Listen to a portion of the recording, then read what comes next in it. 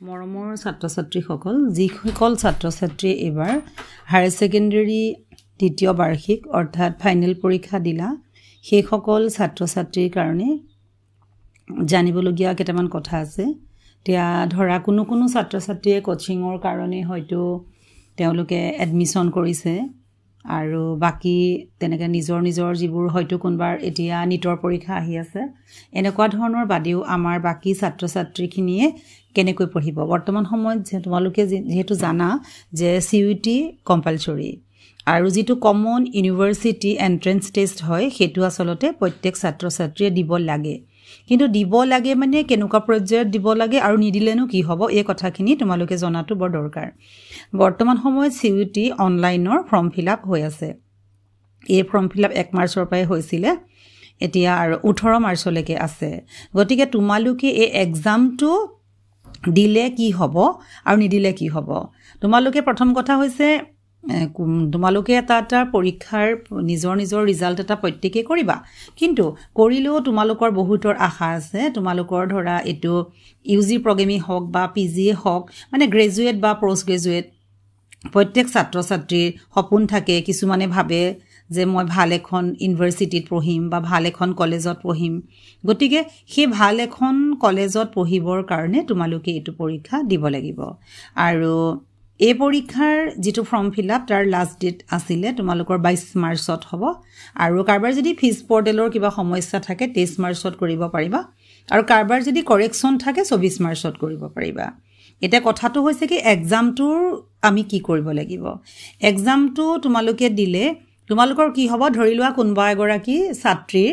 যেনিবা 70% নম্বৰ পালে higher secondary পৰীক্ষাত তে তোমালোকৰ যেতিয়া সিইউটি তোমালোকৰ এটা ভাল মাৰ্কস পাইত হ'বা তে তোমালোকৰ তাৰ লগত 10 যোগ হয় হয়তো যদি বলে এখন কলেজত তুমি 80% পাব লাগে তে তোমালোকৰ সিইউটি টো কাৰণে তোমাৰ তাত সুবিধা হ'ব সিট পাবৰ কাৰণে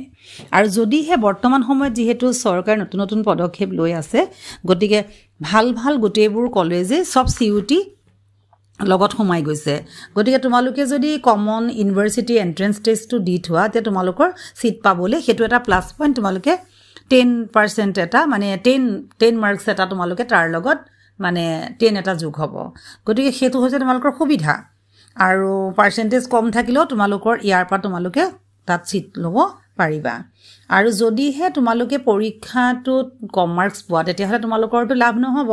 গতিকে সিইউটি দিলে তোমালোকৰ সপোন বিলাকো পূৰণ হ'ব যে তোমালোকে কেনেকে পঢ়িবলৈ ইচ্ছা কৰিছা আৰু যদি কোনোবাই ধৰা ইন্টিগ্ৰেটেড পিজি প্ৰগ্ৰামবোৰো থাকে যেনেকে ধৰা Dibrugarh university Guwahati university Tezpur university তাত 5 বছৰ পঢ়িব পাৰি আৰু 3 বছৰ ডিগ্ৰী কৰিলা 2 বছৰ ধৰা মাষ্টাৰ্ছ কৰিলা তে বেলেগকে নালাগে একেবাৰতেই পাৰা আৰু নহবা ধৰা সিইউটি তোমালোকৰ হাই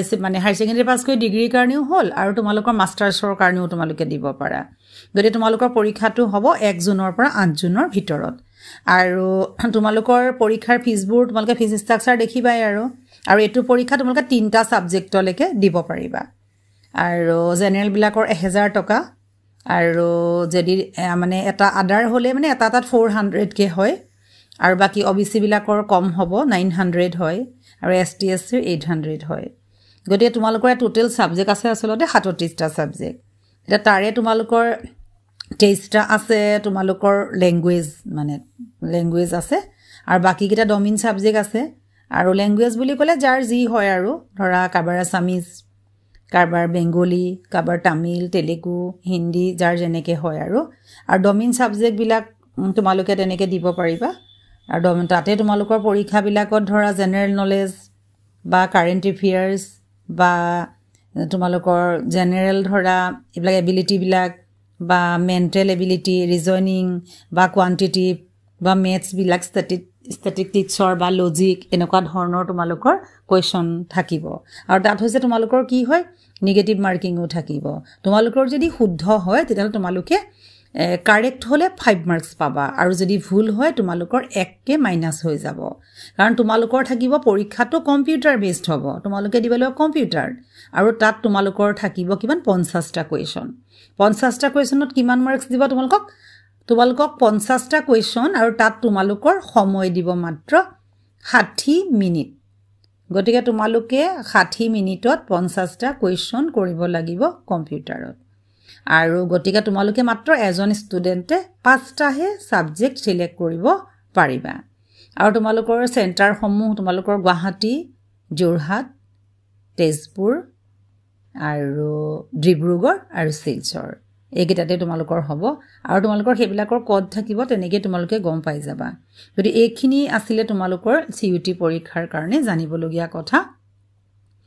আৰু সবিশেষ নতুন আৰু কিবা আপডেট থাকিলে মই তোমালোকক জনাই থাকিম তোমালোকে ভিডিওটো শেয়াৰ কৰিবা থ্যাংক ইউ